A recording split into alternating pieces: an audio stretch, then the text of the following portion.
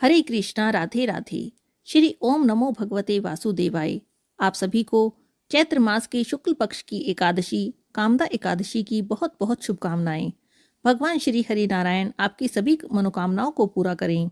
माता लक्ष्मी आपके घर में सुख और शांति के साथ निवास करें। आइए सुनते हैं कामदा एकादशी की व्रत कथा।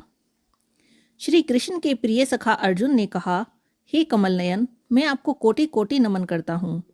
हे जगदीश्वर, मैं आपसे प्रार्थना करता हूँ कि आप कृपा करके चैत्र मास के शुक्ल पक्ष की एकादशी की कथा का वर्णन सुनाइए। इस एकादशी का क्या नाम है, इस व्रत को पहले किसने किया और इसके करने से किस फल की प्राप्ति होती है। श्री कृष्ण ने कहा, हे अर्जुन, एक बार यही प्रश्न राजा दिलीप ने गुरु वशिष्ठ जी से पूछा था। वह वृतांत मैं तुम्हें सुनाता हूँ।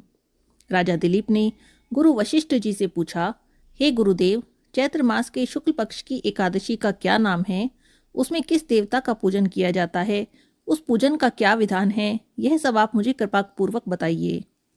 तब मुनि वशिष्ठ जी ने कहा, हे राजन, चैत्र मास के शुक्ल पक्ष की एकादशी का नाम कामदा एकादशी है। यह सभी पापों का नाश करने वाली है।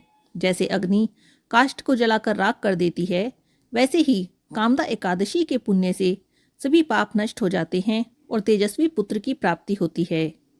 इसके उपवास से मनुष्य निकृष्ट योनियों से मुक्त हो जाता है और अंततः उसे स्वर्ग की प्राप्ति होती है। अब मैं आपसे इस एकादशी की कथा सुनाता हूँ, आप ध्यान से सुनिए। प्राचीन समय में भागीपुर नाम का एक नगर था। उस पर पुंडरीक नाम का एक राजा राज्य करता था। राजा पुंडरीक अनेक ऐश्वर्यों से युक्त था। उसके राज्य में अनेक अप्सराएं, गंधर्व, किन्नर आदि वास करते थे। उसी नगर में ललित और ललिता नाम के गायन विद्या में पारंगत गंधर्व स्त्री पुरुष अति संपन्न घर में निवास करते हुए विहार किया करते थे। उन दोनों में इतना प्रेम था कि वे अलग हो जाने की कल्पना मात्र से ही व्यथित हो जाते थे। एक बार राजा पुंडरीक गंधर्वों सहित सभा में विराजमान थे। वहां गंधर्वों के साथ ललित भी गायन कर रहा था।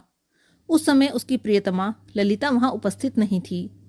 गायन करते करते अचानक उसे उसका ध्यान आ गया, जिसके कारण वह अशुद्ध गायन करने लगा।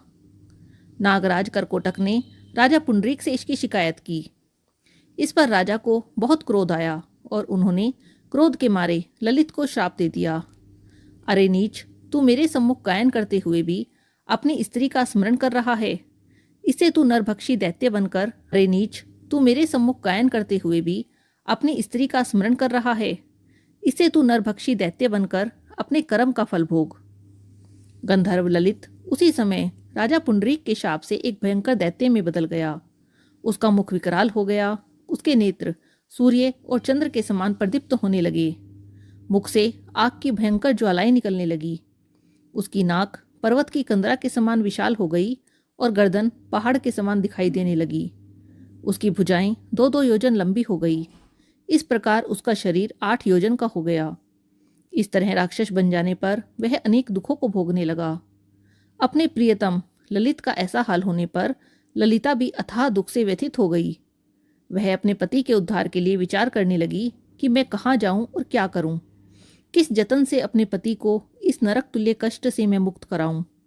राक्षस रूप में ललित घोर वनों में रहते हुए अनेक तरह के पाप करने लगा। उसकी स्त्री ललिता भी उसके पीछे पीछे जाती और उसकी हालत देखकर विलाप करने लगती। एक बार वह अपने पति के पीछे पीछे चलते हुए विंध्याचल पर्वत पर पहुंच गई। उस स्थान पर उसने श्रृंगी मुनि का आश्रम देखा। वह शीघ्रता से उस आश्रम में गई और मुनि के सामने पहुंचकर दंडवत प्रणाम कर विनीत भाव से प्रार्थना करने लगी। हे महर्षि, मैं वीरधन्मा नामक गंधर्व की पुत्री ललिता हूँ। मेरे पति राजा पुंडरीक के श्राप से एक भयंकर दैत्य बन गए हैं। उससे मुझे अपार दुख हो रहा है। अपने पति के कष्ट के कारण मैं बहुत दुखी हूँ। हे मुनि श्रेष्ठ, कृपा करके आप उन्हें राक्षस योनि से मुक्ति का कोई उपाय बताइए। समस्त वृतांत को सुनकर श्रृंगी मुनि ने कहा, हे पुत्री, चैत्र मास के शुक्ल पक्ष की एकादशी का नाम कामदा एकादशी है। उसके व्रत करने से प्राणी के सभी मनोरथ शीघ्र ही पूर्ण हो जाते हैं। यदि तू उसके व्रत के पुण्य को अपने पति को देगी तो वह सहज ही राक्षस योनि से मुक्त हो जाएगा और राजा का शाप शांत हो जाएगा।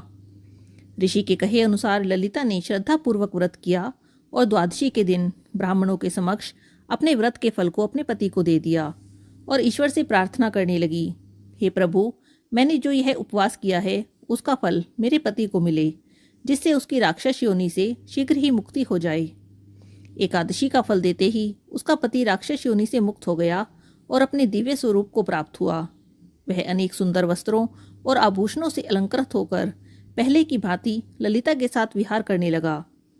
कामदा एकादशी के प्रभाव से वे पहले की भांति ही सुंदर हो गया और मृत्यु के बाद दोनों पुष्पक विमान पर बैठकर विष्णु लोक को चले गए। श्री कृष्ण कहते हैं, हे अर्जुन, इस उपवास को विधान पूर्वक करने से मेरे पति को मिले, जिससे उसकी राक्षस योनि से शीघ्र ही मुक्ति हो जाए। एकादशी का फल देते ही उसका पति राक्षस योनि से मुक्त हो गया और अपने दिव्य स्वरूप को प्राप्त हुआ। वह अनेक सुंदर वस्त्रों और आभूषणों से अलंकृत होकर पहले की भांति ललिता के साथ विहार करने लगा। कामदा एकादशी के प्रभाव से वे पहले की भांति ही सुंदर हो गया और मृत्यु के बाद दोनों पुष्पक विमान पर बैठकर विष्णु लोक को चले गए। श्री कृष्ण कहते हैं, हे अर्जुन, इस उपवास को विधान पूर्वक करने से सभी पाप नष्ट हो जाते हैं। इस व्रत के पुण्य से मनुष्य ब्रह्म हत्यादि के पाप और राक्षस आदि योनियों से मुक्त हो जाते हैं। संसार में इससे उत्तम दूसरा कोई व्रत नहीं है। इसकी कथा और महात्म्य के श्रवण और पठन से अनंत फलों की प्राप्ति होती है। बोलिए श्री कामदा एकादशी माता की जय, विष्णु भगवान की जय। आइए सुनते हैं एकादशी माता की आरती। ओम जय एकादशी माता, मैया जय एकादशी माता। विष्णु पूजा व्रत को धारण कर, शक्ति मुक्ति पाता।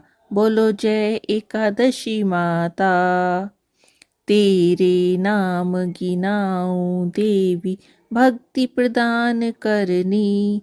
घन गौरव की देनी, माता शास्त्रों में है वरनी। बोलो जय एकादशी माता। मार्गशीर्ष के कृष्ण पक्ष की उत्पन्ना, विश्वतारिणी जनमी। शुक्ल पक्ष में हुई मोक्षदा, मुक्तिदाता बन आई। बोलो जय एकादशी माता। पोष के कृष्ण पक्ष की सफला नामक है। शुक्ल पक्ष में होए पुत्रदा, आनंद अधिक रहे।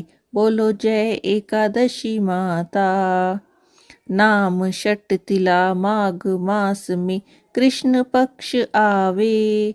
शुक्ल पक्ष में जया कहावे, विजयी सदा पावे। बोलो जय एकादशी माता। विजया फागुन कृष्ण पक्ष में शुक्ला आमल की। पाप मोचनी कृष्ण पक्ष में चैत्र महाबली की। बोलो जय एकादशी माता। चैत्र शुक्ल में नाम कामदा, धन देने वाली। नाम बरूथिनी कृष्ण पक्ष में वैशाख माह वाली। बोलो जय एकादशी।